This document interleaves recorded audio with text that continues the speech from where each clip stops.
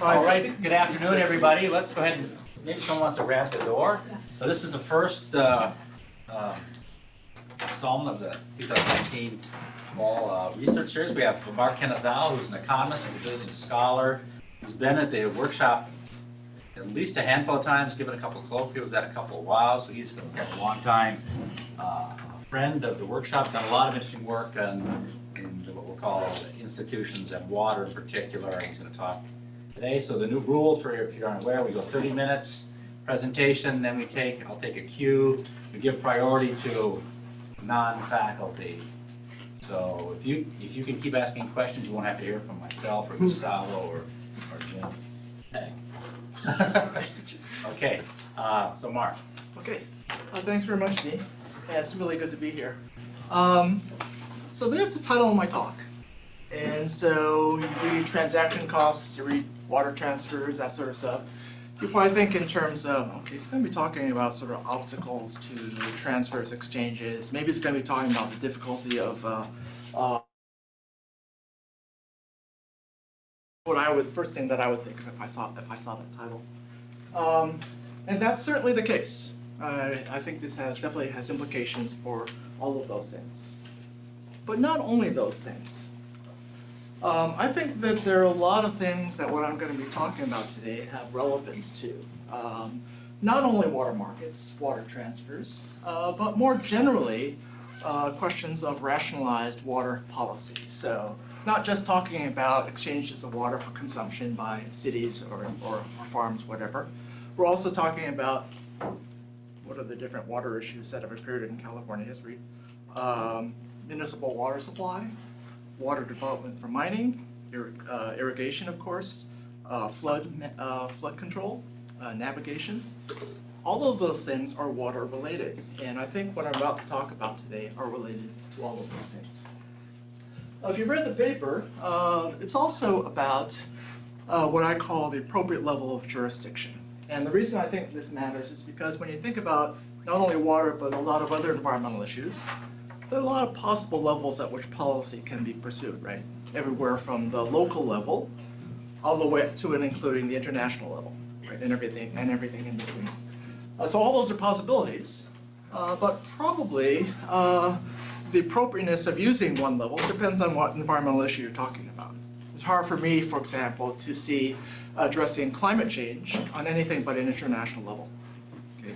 But the same thing is not true, of course, of like land use issues or local water allocation issues, things like that. So one thing to keep in mind here is, what is the appropriate level at which policies should be implemented.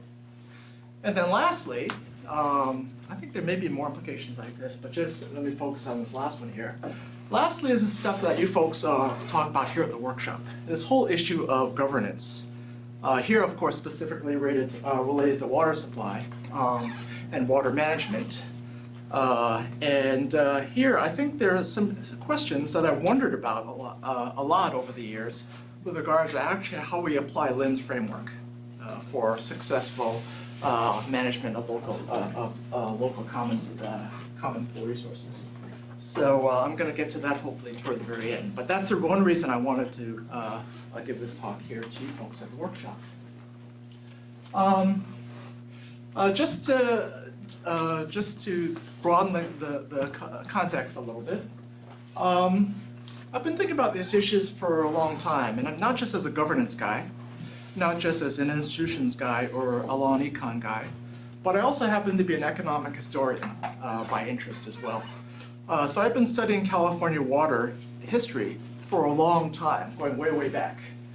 And the thing I'm talking about specifically today is one example of what I see as a persistent recurring pattern in all of California water history, related to water use in all sorts of different ways. Like, for example, the examples I gave you earlier, like everything from flood control to mining to irrigation to municipal water supply.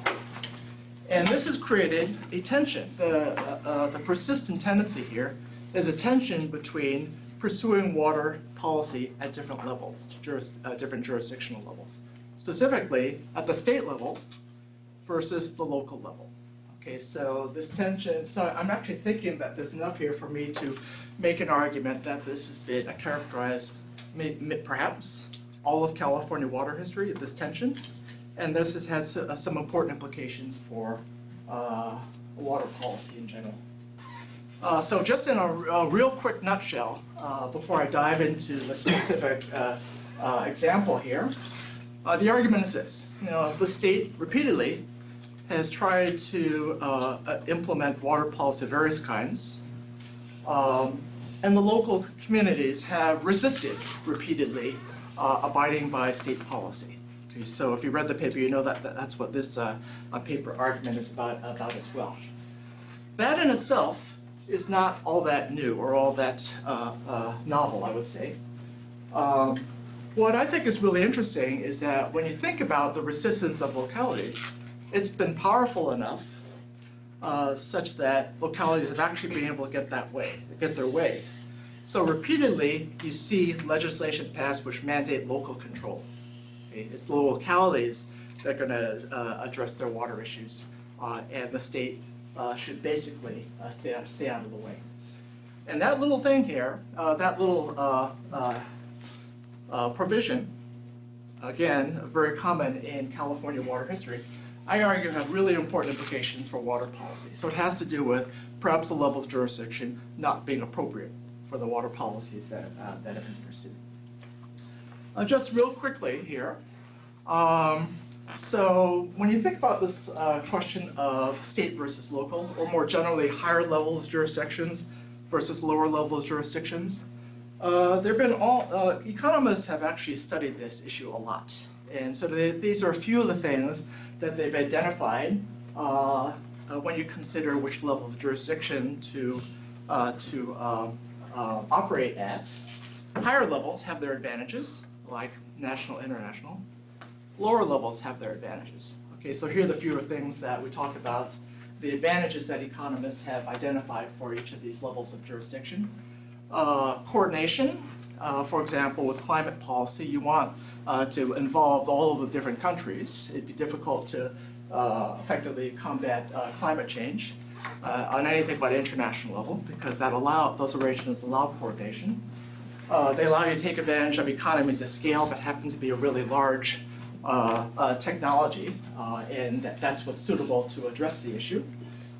They avoid competition among individual, say, countries, say, in these things that trade theorists have called beggar thy neighbor actions, or economists in general call beggar thy neighbor actions.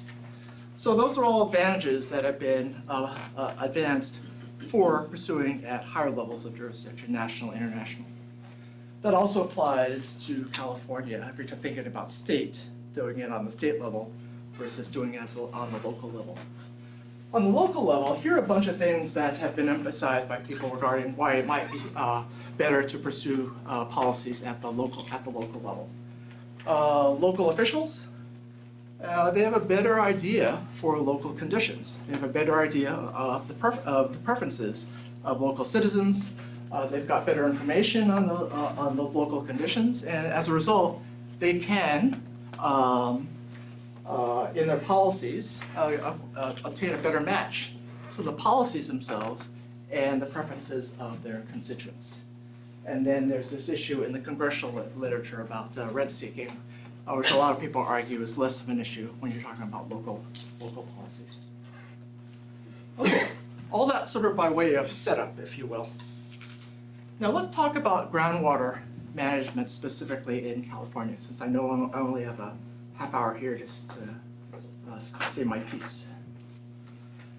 Okay, so you may be aware that in the early 2010s, California went through this horrific drought. I mean, some people say it might have been the most severe drought in all California history. If it wasn't the most severe, it's pretty close to it. Okay, so here's a nice image of a recreational area. This is Lake Oroville, a very popular holiday destination for folks from the Bay Area, since it's not that difficult to get there from here. So a lot of people use this. It's very popular. Boating, fishing, other water recreation activities. This is what the lake looked like in 2011. okay, basically at the very start of the drought. Here's what it looked like a mere 3 years later, kind of during the heart of the drought. Now, this is the exact same bridge that was in the previous slide. So this lush water-filled reservoir had been reduced to a trickle, basically in 3 years. So, as is wont to happen when a drought occurs, finally, at long last, you get some action. So what happened at that time was the California legislature finally passed this thing called the Sustainable Groundwater Management Act, okay, or SGMA, as it's referred to for short. Okay, so here's the ceremony where Jerry Brown is sort of announcing and trumpeting the act after it's been passed by the legislature. This was a big deal, this act. Some people say it was unprecedented in California water history, certainly in California groundwater history, because it, for the first time ever, mandated groundwater management. Okay. That was completely new. There had been other pieces of legislation that had been passed, but they were either local, applying only to certain parts of the state, or they relied on voluntary participation. Okay. This is the first mandatory statewide regulation ever relating to groundwater. So what it did was it authorized localities to get together and create these groundwater sustainability agencies, okay, local agencies. There we are again. And then it required them to adopt these, what we call groundwater sustainability plans, these GSPs. Gave them deadlines to do it. And then here's the hammer. If they failed to meet these deadlines, the state reserved itself the right to come in and write a groundwater sustainability plan for the locality. So if the locals weren't going to do it, then the state reserved the right to step in and do it.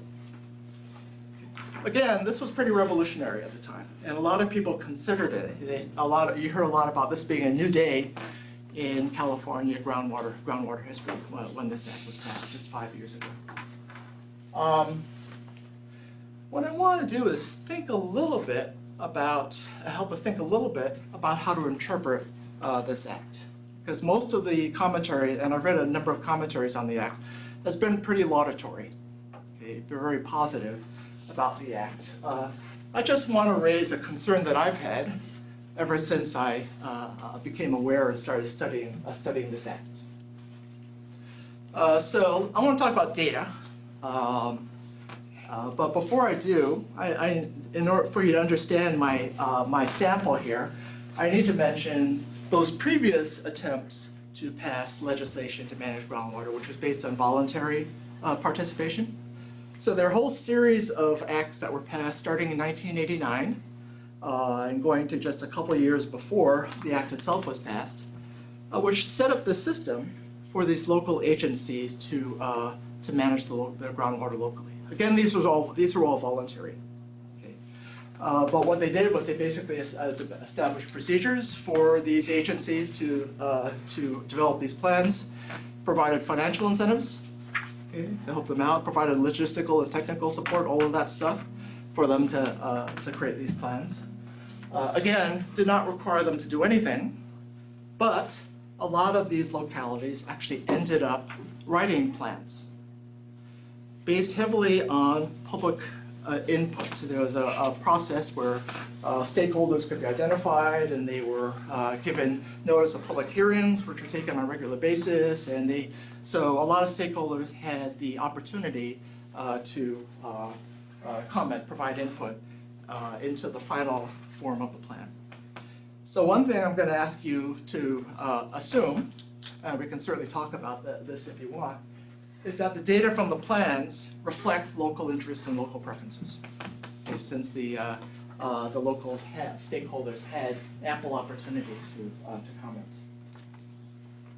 Okay, so based on those legislation, but like I say, a bunch of plans were submitted to the Department of Water Resources website. So this is where I actually found these plans, like over 100 of them, as I'm going to describe in just a second. And so to just give you an idea, here's one hydrologic region of the state. So if you can see this little map down here, I don't know how much you folks know about California geography, but this is kind of the southern Central Valley. This happens to be, I chose this because this happens to be where a lot of the heavily stressed groundwater basins happen to be located. But you can see, so each one of these here is a different local district. Okay, so they operate sort of cheek to jowl in this area. And this is a heavily farming area as well, so this is heavily agricultural. So imagine this and a bunch of maps of these other regions here, where every single one of these localities is a local district that submitted a groundwater management plan, okay, under this legislation. Okay, so I went to the website and with the help of a couple really good student research assistants, we collected 131 of these plans, okay? And this was basically plans which were written under these enabling legislations that I just referred. Again, they're all voluntary. And then what we did was we started reading them really carefully and specifically looking at the provisions regarding groundwater management. Okay, so a little bit of interpretation, because each one of these was a document. Some of them were quite long, like 70, 80 pages long, a few of them. Some were a lot shorter. So it took a little bit of interpreting of their wording to know exactly what they were saying, so I could categorize them. But we did. And so here is part of an early listing of 5 provisions specifically that we focused on. So each one of these is a different local district. Okay, each row is a different local district. And then each of these is a particular provision. Like the one in the very first column they contain a provision that restricted exports of groundwater from the district. Okay. Second one was, did they have a provision imposing any pumping restrictions of any kind? Third one is, did they have a provision which included groundwater, which mandated groundwater taxes or fees of any kind? Water conservation measures, and the last one, I'm sorry, it's cut off a little bit there, but the very last column there is there a provision mandating local control, that the district itself, a specific statement that the district was to have control over groundwater resources. Okay. Like you can say, it was kind of complicated. For this one, for example, pumping restrictions, sometimes they seem to be conditional on various things, which is why I gave them these numbers here, rather than simply saying no. And the same thing was true of those other ones as well. But I think we got a pretty non-noisy, pretty clear categorization of these different provisions. So just to give you an idea, here's an example of a provision from one of these groundwater management plans relating to export restrictions. Okay, so this is from the Kings County Water District, a groundwater management plan which was submitted to the state in 2011. And it said, so this is verbatim, the district generally does not support groundwater pumping for export out of the district unless it involves a transfer or exchange of water that will not reduce the total water supply available to the district. Okay. So no exports unless we get at least an equivalent amount back in the district. Basically what this is saying. And there are a lot of provisions like this. I'll give you some statistics in just a second, but there were quite a few. Now, recently I gave a public talk at Carleton for general public consumption, in which I drew the following, and I made the following analogy. The title of my talk was something like, why are groundwater management districts in California like black holes?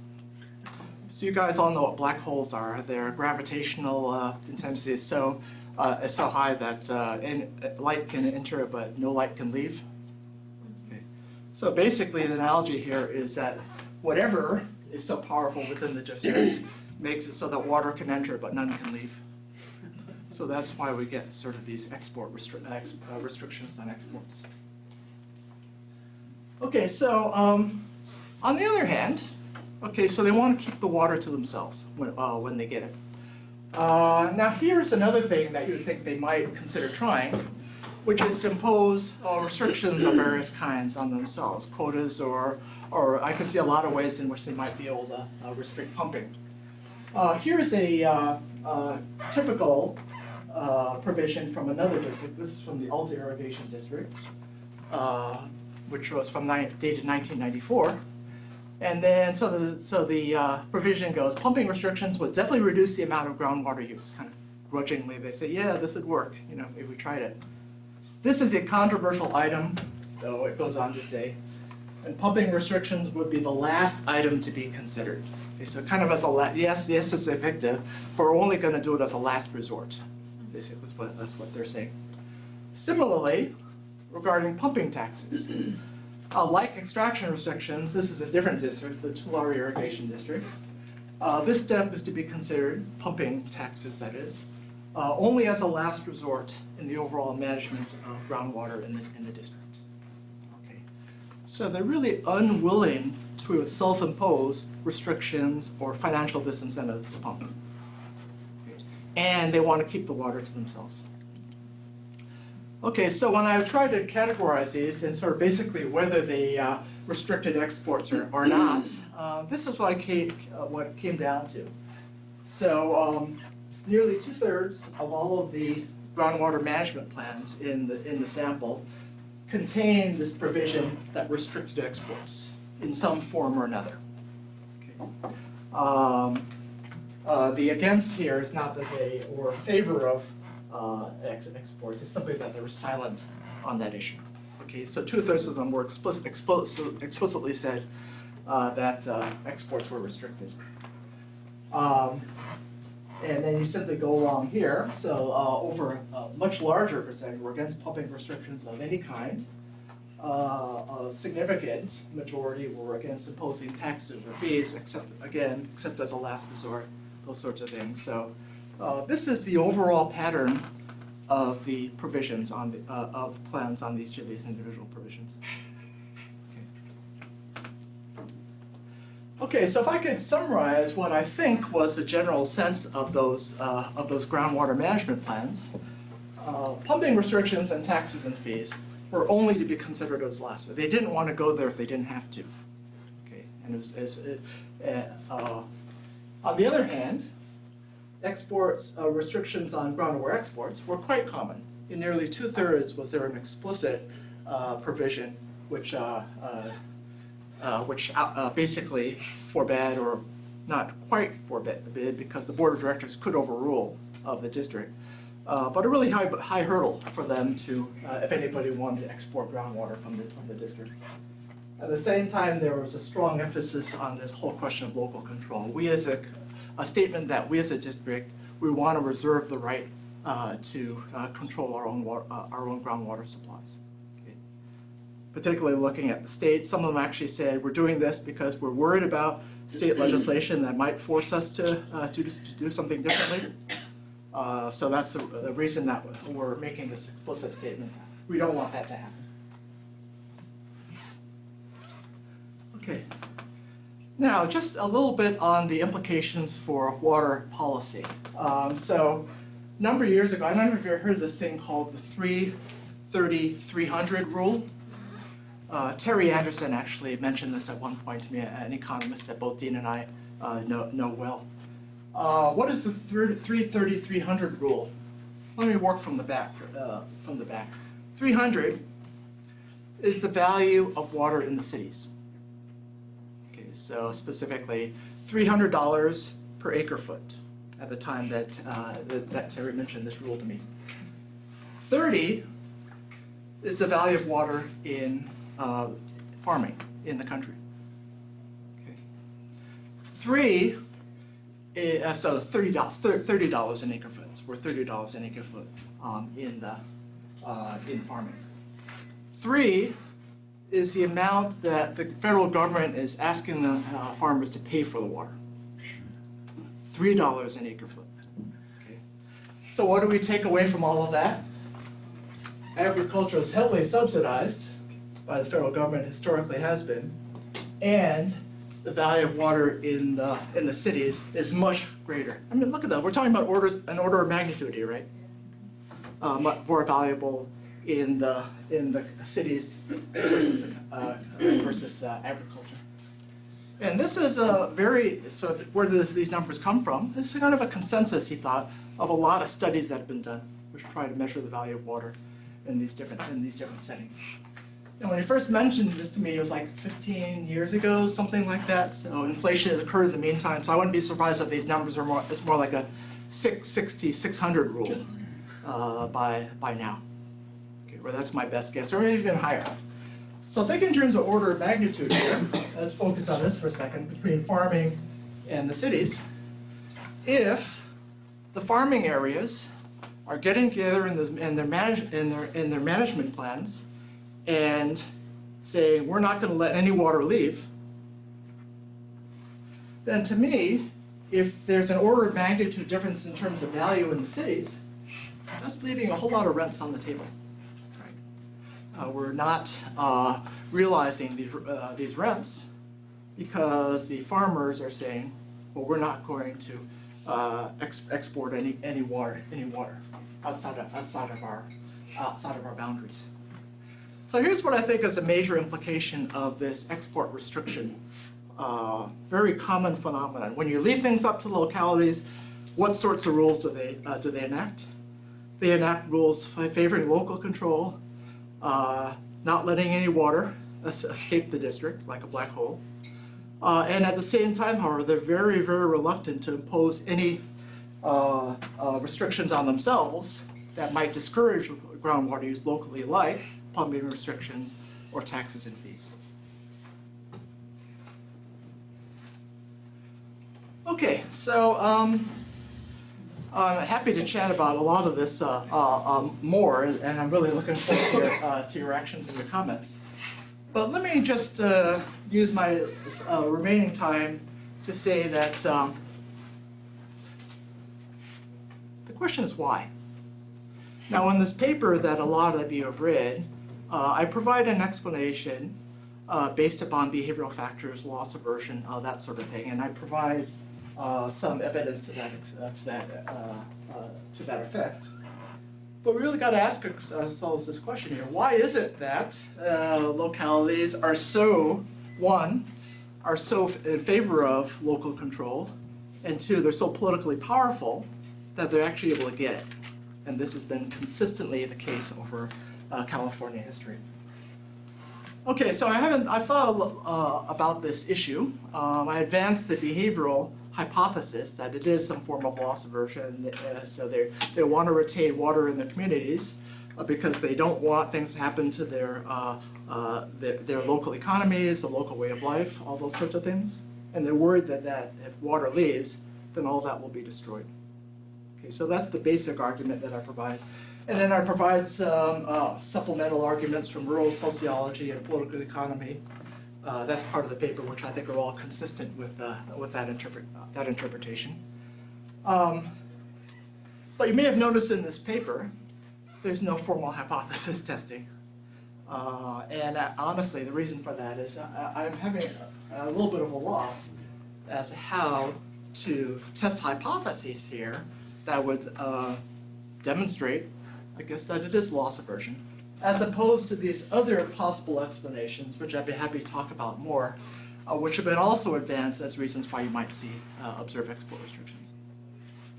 Okay. So happy to talk about that more, but here's sort of where I stand right now. So you can see I'm a little concerned about the explanation that I've come up with. I think it's consistent with the facts, but I don't think I've really proved anything in terms of this is the explanation and not other possible explanations. Last thing, regarding my larger project, the whole state versus local issue, well, I think I've done enough research at this point to have convinced myself that this is a real thing, that this is a persistent pattern throughout California water history. I've seen it in a lot of different contexts. I've seen a lot of contexts where local control wins and state policy loses. I mean, in some sense, in this head-to-head.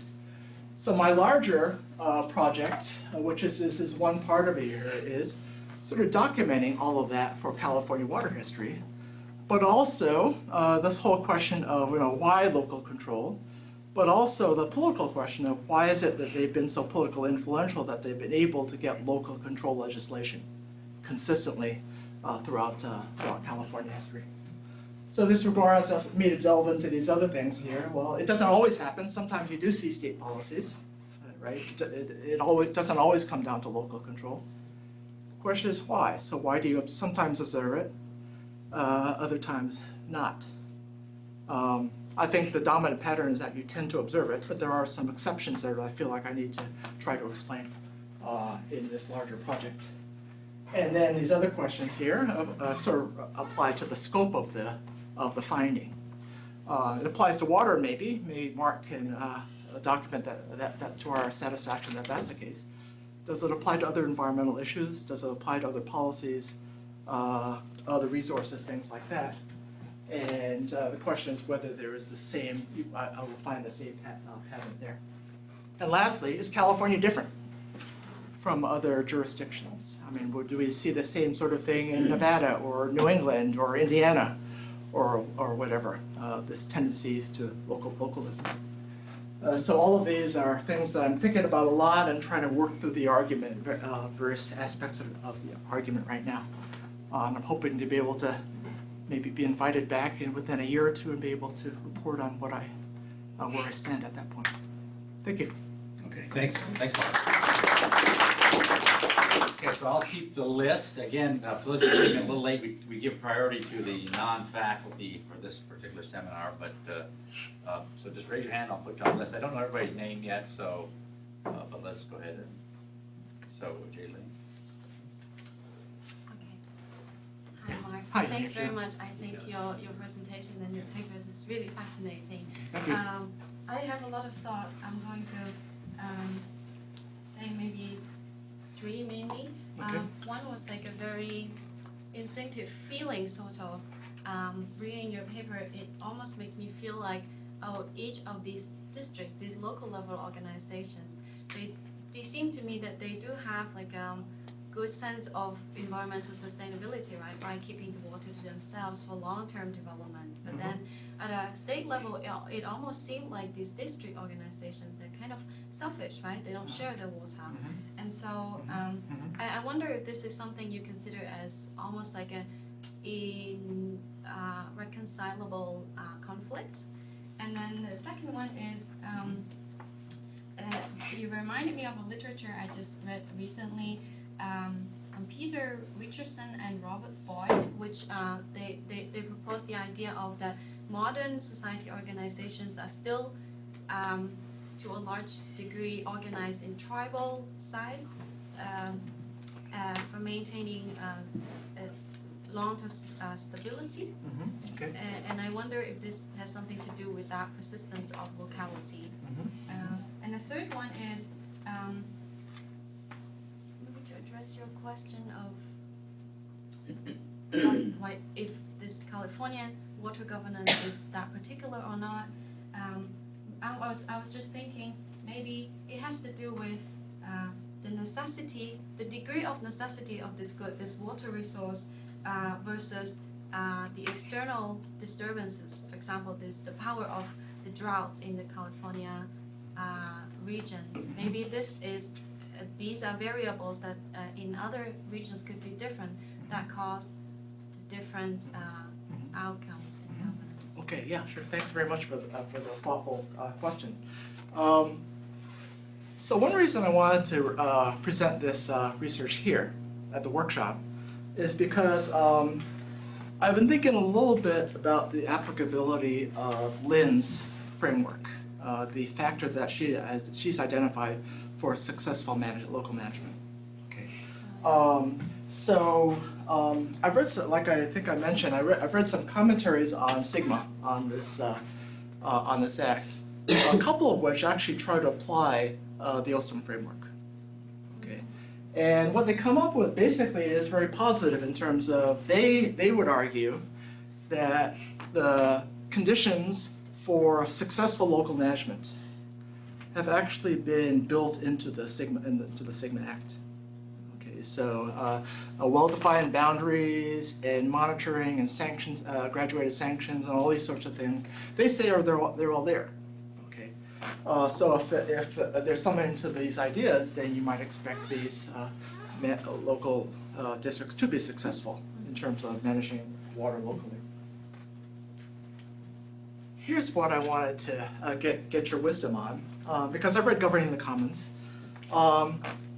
and to me, tell me if you think I'm interpreting it wrong, she presents a bunch of case studies where localities are operating in isolation, and then not really considering the impact of their decisions on other localities, other communities. That's my interpretation anyway. So what happens if you've got this situation where it's not just one locality that's governing its resources well, but you've got other localities that are trying to govern their resources well, and there's potential conflict there over the overall resource, namely water. Okay, which so they both want water. They both have incentive to not only want more water, but also not to limit their own pumping. Okay, so I see the potential there for a lot of conflict between these localities over how this water is eventually managed. And so if Lynn or any of our students actually address this issue, I'd be really interested in that. But I haven't seen this argument developed and the implications that it might have for the desirability of local management. Okay, so what I'm saying is there are potential costs there, right, of local management. That's a big takeaway I hope from this paper. And I don't see those costs being addressed as fully as I could in the existing literature. Second, I'd have to read the article on sort of tribal. I mean, it sounds like tribal-based organizations, and I think tribalism may be something may have something to do with this. I've thought a little bit about whether I consider this localism thing to be norms, some other things that norms of thought or whatever, other informal, what I think of as sort of informal institutions, which we've talked about this in Bill's seminar, right, folks? The extent to which institutions sort of fit with the existing norm structure, which is what the Olson book is all about, right? I sort of wonder whether this is an example of that at work. And I guess I have to think about that a little bit more. I mean, it seems to fit in a lot of ways, but I have to think about that a bit more. And regarding this sort of necessity issue, I think the paper makes the argument that water is a necessity for irrigation, for farming in California. It's hard to imagine substitutes for water in that case. But I was talking with, I don't see Bill Blomquist here, I was just talking with Bill over coffee the other day, and I brought up this question of, to what extent does this argument apply to other resources? And then he just brought out sort of anecdotally, when he was at Palo Alto, I guess he must have been at Stanford recently, and then he was trying to deal with the local public transportation systems. And he described what he thought was kind of a crazy spaghetti bowl of all of these different local transportation systems. There are so many that didn't seem to be, to his experience, coordinated. They all seem to be operated by different local authorities. Some hire as well. And so he's saying, well, so what's going on there? And could the same things in your paper also apply to local transportation systems? Is there a tendency to localism there? And we didn't come to any conclusion, but he just threw that out as a thought. So, is transportation a necessity? Well, in some ways, I guess it is, but there are alternatives. There's driving instead of using public transportation. So, I have to think a little bit about why I think that might be the same, but also why that might be different from water. Yes, thanks. In your presentation you discussed about potential social benefits from exporting water. I was wondering what would be the private benefits for, in terms of monetary terms or non-monetary terms, for water associations from exporting water, and whether some of the variation in those benefits could explain how they design rules, and also how hard is it for these associations to, once the rules are made, how hard it is for them to go back and go to the constitutional level. So could that be a challenge that if there are gains to be made, could that be a challenge that prevents some associations from realizing those gains? Yeah. Okay, yeah, sure. I don't have a good sense. I mean, I've read the Sigma text pretty carefully. I've read these previous legislation pretty carefully. And I don't, it's not clear to me. You see these things occasionally revised. Okay, so one of the early districts, Tulare Irrigation District, they submitted one in 2011, and then subsequently they submitted 2 more. So these are kind of revised versions of those.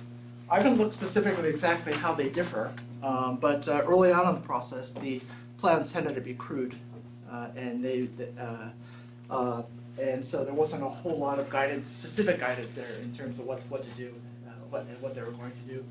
So I presume part of the changes was that they grew experience. Maybe they saw how other districts were doing it. Maybe they thought about it more.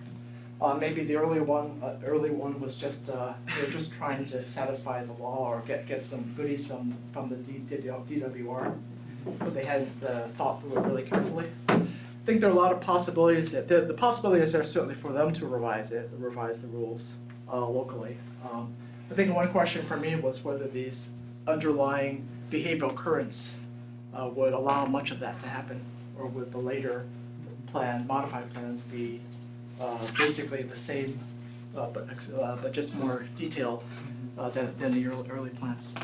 So I think that's something I should probably think about a bit more, but I don't have a good answer right now. My guess is that there probably wouldn't be much difference, except more detail.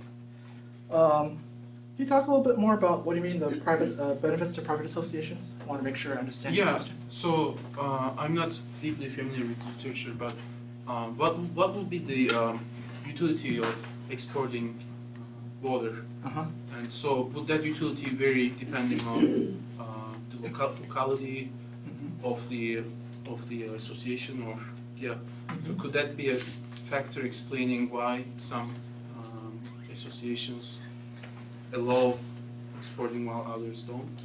Okay, I guess my answer there would be complex. I think there are a lot of factors. Let me just mention 2. One is what would the benefits to the locality be to export water? Part of the whole question here is the internal allocation mechanism. I mean, how would the district itself would redistribute the benefits to the local users of exporting the water? Like I said, there have been very few instances I've been able to identify where that actually occurs. And there's nothing I can find in written records which talk about, okay, if they did this, how would different users, stakeholders benefit from that? So I don't have a really good sense for that. The other issue I just want to mention is I sort of went over it really quickly here, this whole question of third-party impacts. And the possibility that some of these export restrictions might be in place because when you export water, the water is no longer there. It could affect the groundwater levels of your neighbor who are hydrologically related or hydrologically related to you. And so one possibility is there that the export restrictions might be in place basically to try to forestall those sorts of third-party impacts from occurring. So I would sort of enter that in as another potential benefit to the users. I'm trying to work on, if we have time and if you're interested, I've actually tried to collect a data set which I think tries to address this issue of are these plans actually trying to address third-party effects or not. So Mark, let me update you on the queue. We have about 7 or 8 people so far. Oh, sorry. So you might want to keep that in mind as you respond to questions. So Okay, I'll just let everybody know where they are. So we have Ian and Tony, Paulo, Christina, and woman in the back whose name I don't know, Angie, and then Stefan. So that's what we've got. So Ian, you can go. All right. So Yeah, I try to would be be And then short. Mark, you can watch the clock. Okay, okay, Right. sure. So I Sorry would for be being quick. long-winded. It's a combination of comments and questions. I don't have to answer if it's not a question. So I'm just curious, like you have showed us all those management plans. I'm just wondering who drafted those plans. Yeah. And especially the participants in the process, you have different plans, have different provisions and different local preferences. Mhm. I'm wondering if it's a reflection of their like local physical condition or the balance of the farmers and residents and stuff like that. And then the second one is that you started with the passage of the state level legislation. But I'm wondering now, so it's 2014, right? So I'm wondering now, so is it now that all the district have a plan there already, or like so you could just put it in to say like have a larger sample size or stuff like that? And also, I'm interested in like how the state plan. So for those that haven't come up with their own plan, is like a different from like what's a state plan compared with the individual plans, maybe if they have one. Okay, yeah. And then the last is a comment about you posed a question about the political economy for why those laws like are structured like this. I think when I first saw you presented the structure of the law, it just occurred to me that yeah, this is the federalist structure, right? Like all the major environmental laws, Clean Air Act, Clean Water Act, are all structured in the same way, and then they have evolved from voluntary, like a state level, and then they come to at a point that then they say that we are going to do it in a federalist system so that there will just avoid some of the problems in both centralized and the local approaches, and then have some reap benefits from both worlds. And I think there's a lot of literature in that part that I think you may, it could be a simply a policy like a diffusion theory because this is generally considered successful. I mean, in the clean air and clean water system, and also it could be even if it's not, then like how those political economy plays out in those like regulation that has been existed for so long, and I think it could inform some of their theory there as well. Okay, thanks for all of that. That's really good. And I've thought about a bunch of these things actually, and how to interpret all of these things as well. Not sure I can. Let's see what would be most useful here. Let me just state again the fact that the previous plans, laws, but also Sigma, provided for really detailed public input, public hearings and stuff like that.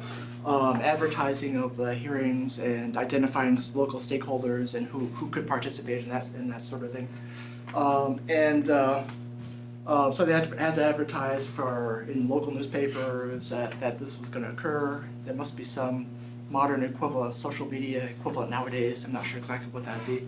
But they really try. The point is they're really trying to cultivate public input into these things.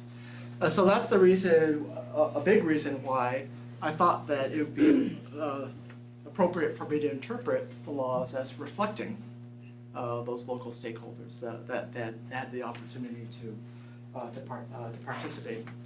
And so when I think about this whole issue of the local public choice, if there's a public choice story or some more general political economy story to be told, I think the paper which I didn't present today, but which I've been working on for maybe next time I come, basically tries to apply a lot of these issues of political economy, the effect of transaction costs on coalition building, the importance of stakes, the magnitude of stakes and political entrepreneurs and all those sorts of things, to try to explain what we're observing coming out of these districts, these plans. The tough thing there is that the data, and how do you come up with convincing measures of transaction costs? How do you come up with convincing measures of stakes and all those sorts of things? So I'm still working on that. I've got a data set, a spatial data set. I've had a couple of students work on it, but the data is not good enough yet for me to really be able to feel confident in an analysis of it. So again, maybe the next time I come. Okay, Mark, you're down to 10 minutes, Yeah, sorry. 6 people at least. So Sorry. Tony's Sorry. next. So you, Yeah, yeah. your 10 minutes. So this will just be a question. Maybe we can collect several and then respond to them. Yeah. But so it seems that there is a strong temporal kind of current to these kind of local provisions. Yeah. That's not really reflected in the paper. That I think would provide you a lot of analytical leverage, and especially this idea of change. Okay. And if it is loss aversion, like why would one community change their laws? And if it is a loss aversion kind of explanation, it might be because, well, last year we had a drought and now so maybe we want to adapt that. So I think there could be some really interesting learnings coming out of why the same communities change their laws and what actually changes in the sequence of that and what happened in the time before. So I think there's actually more to the story, and I wouldn't neglect the ones that have been amended. I think those are some of the more interesting cases. Okay. So, Okay, yeah, sure. And I agree that there are things going on temporally that change, and there might be some information there about what's going on. In terms of what I guess in terms of what I do with that information. So this is basically a cross-sectional analysis of these, and I'm not really taking into account changes over time. I do think there would be benefit there. I'm not sure that my data set is rich enough for me to draw a whole lot of conclusions on that, but I think it's worth looking at, and so that's one thing I think I would want to do. I think there are a lot of factors here in terms of why different districts might be different. I thought a little bit in terms of the whole question of the costs of local control. So everything I've talked about is sort of the benefits of local control. But there might be certain costs in terms of foregone rents locally, which might depend on local water conditions, which might depend upon type of farming activity occurring. All those things I can see mattering, and I can see those varying across different districts. And in particular, when the costs are higher, I can see easily maybe not seeing these provisions because they're more costly for these districts to impose. So that's another thing I'm thinking about as well. Okay, Paulo. Actually, he addressed some of the points I would raise, so you can move on. Okay, Christina. Sure, I'll share my question. You can feel free to combine it with others. Yeah. So I know Tony kind of mentioned some of the temporal aspects, and I was curious about some of the spatial components to water rights as it compares to other natural resources. So I know, like in your paper and in typical management, we think about groundwater and surface water separately. Yeah. But we know hydrologically that they're very much combined, where we might see 200 acres of land sitting on water. That water doesn't necessarily originate on that land. It might have originated up in the Sierra Nevadas. So I'm curious, if in the literature you've seen anything about how we manage water where it's located isn't necessarily where it's local to, if that makes any sense. Different than how we might manage the forest stand, where we can assume, or perhaps try to assume, that the trees belong on the land that they exist on. Okay, sure. Can I answer, or do you want to take? No, don't ask me if you can answer. I hope you can answer. I thought we might want to combine with other similar questions about. Okay. So this paper doesn't really talk about rights specifically. I know that whole water rights situations are really, really complicated in California for a bunch of reasons. The water code is like that thick, and so there's so many different things to consider. In terms of the question of what the water rights might look like. Okay, so groundwater law in California is really different from surface water law. Basically, even though this isn't 100% true, but surface water rights are based upon basically first possession. If you claimed it first and you've got a standing with the state, then your right supersedes others that come later. Groundwater is different. It's basically based on this fundamentally on this correlative doctrine of co-equal rights of all landowners above an aquifer. So one question there is, like, how do these rights interact with each other? And I'll just say a couple things about that. My study of groundwater law, kind of the origins of groundwater law, I think they established pretty strongly that early on, there were these rights given in common to overlying landowners, but there were a lot of restrictions imposed on exports to other basins. The courts upheld that, and basically every legislative statute regarding groundwater supports that as well. So just because of that, because all the legal structures seem to be in favor of local use and not for exporting, that's another piece of the puzzle, right?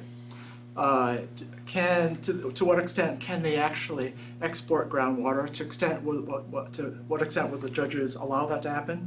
To extent would this maybe run against afoul of various statutes of various kinds? So I think that's a complication I need to address as I move forward in this argument. I was just trying to start simple and just look basically at the provisions themselves. And then I want to sort of superimpose some of this institutional structure on top of that. We got 3 questions, 4 minutes, so I'm sorry, I know your name is back, but please go ahead. Joyce, yes, go ahead. So just a couple things. I'm a native Californian, and if you want really the history of water, see the movie Chinatown. It tells you the whole thing. LA is a desert, completely a desert. So only that the Chandlers who own the LA Times came in, did a real estate deal to drain the Owens Lake, and you said you knew a lot about all this. That's why LA thrives, but it doesn't have any water. So Yes. This is just a long-standing historical and cultural thing up and down the state. So, but what's interesting in what you're talking about here, state versus local, there's other historical things, like the strongmen who came to the West, and that DNA is still in there with this whole local control thing. It wasn't, a bunch of let's hold hands and, be good to our neighbors, people that came to the West. So they created all those. I'm shocked. All those laws. So I think without analyzing that aspect of it, that it's really hard for your paper to take on a real thing without looking at the cultural things. And also the history in the economic thing, your 330, 300. I don't know if you've heard. You've studied that avocado index, which says that an avocado should be like $300 because if you paid for the water to produce that avocado. And so there's things that are outside of the scope of just the local versus state. But I do think you asked the most important question, and that is, does standalone local control work when you're talking about an ecosystem that goes outside of the local? Yeah, I mean, I think these cultural things could very well matter. I focus on this because I do think this is the most policy relevant economic question that I could ask on this whole localism issue, but I want to pursue other things as well. I think one question there is, so you mentioned we've got this culture of individualism kind of, and California is certainly subject to it, and that may explain a lot of the localism, laws based on localism. But what if we found that Nevada was different, or Washington was different, or North Dakota was different? And so I was talking a little bit about Bill about that, Bill Blomquist about this as well. And he said he thought that California was unique, and maybe that's too strong in terms of its emphasis on localism. So I'm not sure if that's true or not. I mean, but if it is, it's not just an individualism story, I don't think, because individual applies to a lot of places throughout the West. And so I'd have to think, okay, let's start with that as maybe an important factor, but if California really is different, then the question is, why would... The problem is bigger. Yeah. I mean, Montana, you ever talk to anybody from Montana? They're very individual. Oh yeah, no, for sure. Yes. Okay, 1 minute, 2 questions, Mark. Sorry. Angie and then I'm Stefan. good, I can talk, I'll chat with them afterwards. Oh, okay. I'm in So you're gonna that pass. I'm in that faculty queue, so No, I'll. that's okay, so Stefan has the last question. Just a very brief one, perhaps, for our next paper. Connecting to what we had on Monday. Yeah. So, as I get it also, one of the coordination problems which you have is time and time lags. So perhaps one could think of digitalization as a tool which could enable both the citizen and the community and the state to better coordinate those time lags, and by that to sort of better match those policy proposals which you think about, just to connect to. You only Okay, have so 5 seconds. in that case, I'll say thank you, and I hope to chat with Stefan afterwards. Thank you very much, I appreciate it. All right, thank you. Mark's around for another 10 days, so you can find him in this building. Love to talk about water.